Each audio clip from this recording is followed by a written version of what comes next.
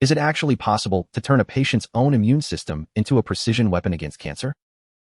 That's exactly what's happening with IOVA, and that's why investors are staring at this stock right now. So we aren't just talking about a new drug, we're talking about something much bigger?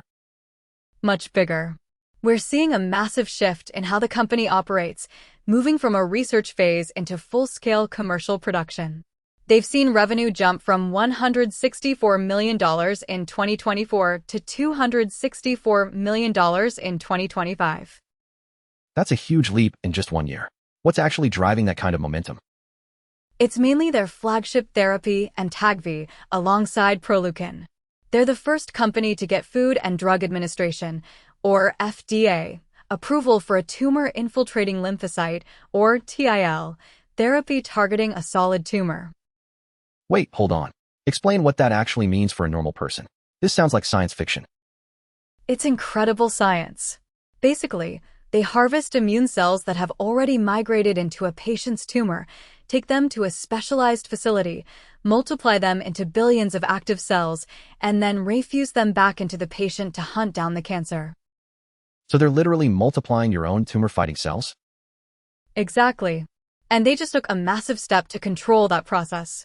In early 2026, they ended their agreement with an external manufacturer to bring all Amtagvi and lifoleucel production in-house to their facility in Philadelphia. This gives them direct control over manufacturing and could eventually help lower the cost per dose. Okay, so the therapy is approved and the revenue is growing fast. That sounds like a slam dunk, right? Not quite. If you look at the deeper numbers, there's a massive amount of tension here. While the top line is growing, the company is still in a heavy investment phase. Their net margin is deeply negative, sitting at around negative 148%. Negative 148%? That sounds terrifying. It's a massive gap between what they're bringing in and what they're spending to scale up. Their return on invested capital, or ROIC, is currently negative 45.6%. They're essentially burning cash to build this infrastructure. How much cash are we talking about? Are they running out of runway? That's the million-dollar question. They have about $491 million in cash and marketable securities, but their annual cash burn is roughly $336 million. Based on those numbers, they have about 1.5 years of runway left before they likely need to find more funding. So it's a race against time.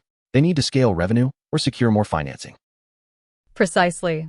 On one side, you have this incredible moat. They have over 330 patents protecting their methods through the year 2042, and they're expanding into new areas like lung cancer and even Europe. And on the other side, you have the massive losses and the looming need for more capital? Exactly. The market is currently pricing this at $5 per share, giving them a market cap of about $2.23 billion. The big question is whether that manufacturing pivot in Philadelphia can narrow these massive losses while the company manages its runway. It sounds like a total high-stakes gamble. Is there any evidence that anyone at the company actually believes in this? Well, there was one notable open market purchase by an officer at $1.84 per share in June 2025, which is worth noting. But how the operating progress stacks up against the financing risk is something we're diving into deeply. I need to see the full breakdown. Is this a breakthrough or a bust? We've analyzed everything from their clinical trial data to their entire patent portfolio. You won't want to miss our full deep dive where we reveal what the numbers are actually telling us about the future of IOVA. But that's just the surface. The full deep dive on Iovance Biotherapeutics Incorporated common stock, the business, the management, the financials, who owns it, the risks, and the valuation is waiting for you on stockanalytics.ai. And a quick note, this is an AI-generated analysis for educational purposes only, and nothing here is financial advice.